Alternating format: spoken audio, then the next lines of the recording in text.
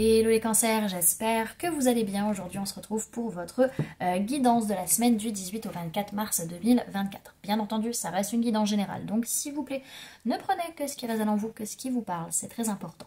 Comme toujours, je vous invite à aller voir votre signe solaire, ascendant et lunaire pour avoir le plus d'informations possible pour vous pour la semaine. Et pour les personnes qui souhaitent prendre rendez-vous avec moi, que ce soit pour un soin énergétique, un accompagnement holistique, une guidance privée, du feng shui, de la géobiologie ou de l'architecture d'intérieur, vous avez mon adresse mail en barre d'infos, ainsi que les liens pour réserver directement le rendez-vous qui vous intéresse. Également, vous pouvez me trouver sur Facebook, Instagram, LinkedIn et TikTok. Voilà les amis, on est parti pour votre guidance. Alors, c'est une semaine où dans tous les cas, quel que soit le signe, on nous dit bien qu'il faut faire preuve de patience, de garder de l'argent de côté, de se contenter de ce que l'on a actuellement pour pouvoir construire quelque chose de nouveau et amener par la suite un réajustement matériel ou financier. Ok, alors qu'est-ce qui se passe dans vos énergies sur cette semaine?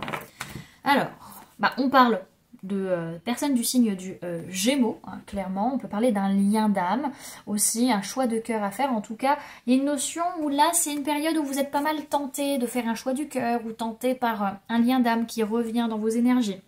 En tout cas, ça peut pas mal brasser. En tout cas, vous avez ce besoin de vous isoler pour comprendre ce qui se passe en vous, comprendre ce que votre âme veut, comprendre aussi ce qui se passe au niveau du féminin, au niveau de votre inconscient, etc. Ensuite, au niveau de votre vie de tous les jours. Alors, on peut me parler d'une personne de signe d'air, Gémeaux, Balance, Verseau, par rapport à qui vous essayez de vous isoler. Peut-être que vous vous sentez enfermé vis-à-vis de cette personne. Sinon, c'est par rapport à des communications, des discussions, des apprentissages.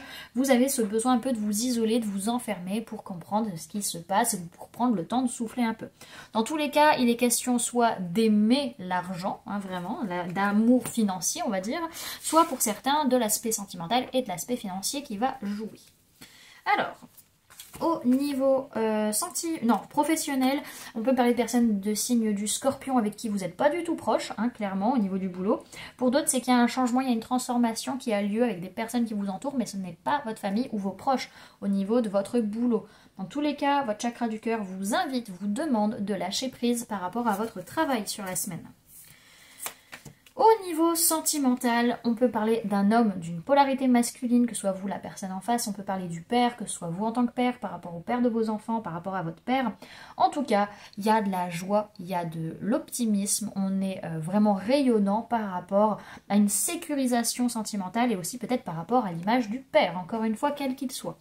Dans les liens d'âme, on va avoir quand même la polarité féminine qui n'aura pas trop envie de s'investir ou quoi que ce soit sur la semaine, hein, clairement. Alors, le conseil qu'on nous donne à tous, quel que soit le signe, c'est vraiment observe, est-ce que tu es véritablement aligné dans tes corps, dans ta vie, dans ce qui se passe? Est-ce que tu sens que c'est aligné, que c'est juste? Deuxième conseil, c'est quel est ton point de vue sur ce qui se passe énergétiquement, sur ce qui se passe dans le subtil, sur le rapport à la magie, à l'énergétique, etc. Est-ce que tu vois ça comme quelque chose de positif, comme quelque chose de négatif? Voilà, en tout cas, on nous demande d'un peu observer ça, de regarder ce qui se passe.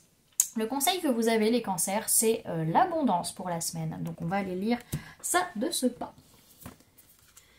Alors, page 44. Là. On vous dit, vous accueillez l'abondance. Le conseil, c'est honorer l'abondance dans votre vie. Cette carte parle de l'abondance. Voyez en ce bocal vos possessions et vos richesses. Elle vous rappelle que tout ce qui est au-dedans est important. Que l'on parle de matériel ou de valeur, tout n'est qu'une question de dur labeur. Donner et recevoir, ne cessez jamais d'y croire et acceptez l'abondance dans votre existence. On parle de travail, de gratitude, d'ouverture et de rituel. Voilà du coup les amis, ce que je pouvais vous donner comme information pour cette semaine. J'espère que cette guidance vous aura plu, vous aura parlé, aura pu vous aider.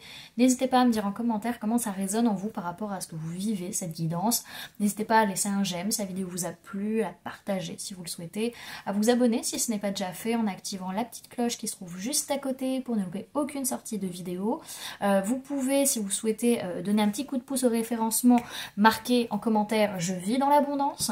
Et pour les personnes qui souhaitent donner un petit coup de pouce financier à la chaîne, vous pouvez laisser un merci, donc c'est le petit cœur avec le petit dollar. Vous pouvez prendre une souscription à 1,99 €, donc c'est le bouton rejoindre.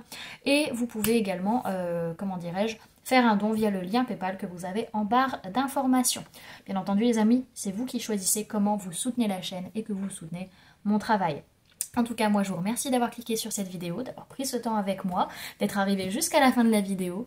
Je vous fais plein de gros bisous, prenez bien soin de vous, à très bientôt. Bye!